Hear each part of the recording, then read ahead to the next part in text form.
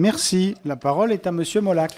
Merci Monsieur le Président. Donc, Messieurs le Ministre, chers collègues, donc je crois que la réforme que vous allez faire est sous le sceau de la cohérence. Alors la cohérence, bien sûr, dans la clarté des compétences, parce qu'aujourd'hui, on ne s'y retrouve pas vraiment. Ça pose le problème, évidemment, du pouvoir réglementaire. J'espère, Monsieur le Ministre, que vous nous en direz un peu plus tout à l'heure. L'économie qui sera aux régions. Alors les lenders investissent, évidemment, dans les entreprises, et en particulier les entreprises d'avenir, pour leur donner une taille qui leur permette d'exporter.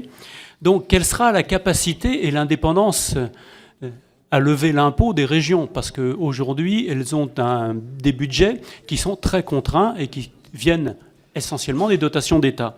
Donc c'est la deuxième question. La cohérence, ce sera aussi l'aménagement du territoire. Vous avez parlé à juste titre du sentiment d'abandon, de périphéricité d'un certain nombre de nos régions. Donc c'est très important que cette proximité soit faite. Elle sera sans doute faite par les EPCI. Et donc ça pose trois questions sur les EPCI. La légitimité de ces EPCI, et donc le suffrage universel pour les élire ou non. Ça pose aussi le problème de leurs compétences, puisqu'une partie des compétences du département, s'il disparaît, va être partagée entre la région et les EPCI. Et puis dernièrement, c'est comment, à l'intérieur de ces EPCI qui peuvent être de plus en plus grands, on a une proximité et on a des services qui sont, j'allais dire, ne pas reproduire au niveau des EPCI ce que l'on connaît, c'est-à-dire de la centralisation. Donc ça aussi, je crois que ce sera le couple région-EPCI qui aura cet aménagement du territoire à faire. Alors la cohérence, c'est aussi le sentiment d'appartenance des régions.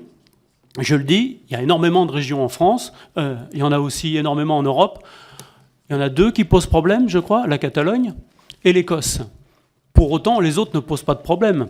Or, le sentiment d'appartenance, c'est bien ce qui permet aux gens d'avancer. Je vais prendre un petit exemple pour que les choses soient bien claires. On a une entreprise qui est complètement à l'autre bout de la Bretagne, qui fait du pâté que chacun connaît, puisque c'est le pâté Enaf. On ne peut pas faire plus à l'ouest, autrement on est sur l'île de Sein.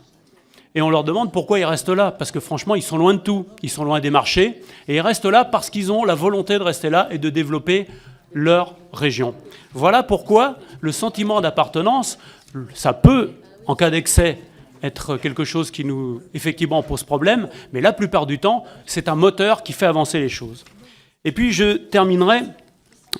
La cohérence, c'est aussi, à mon sens, le droit d'option pour les départements. Puisque ces départements, les régions deviennent de plus en plus grandes, donc on va avoir, sur les marges, forcément, un certain nombre de départements qui vont se poser des questions et qui seront mieux dans une région plutôt que dans une autre.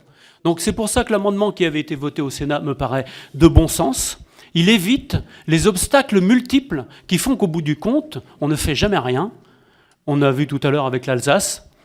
Et donc, je crois qu'il faut au contraire limiter les procédures au maximum si on veut que ça puisse se faire. Et évidemment, plus on met des obstacles et plus on sait bien que rien ne change. Merci.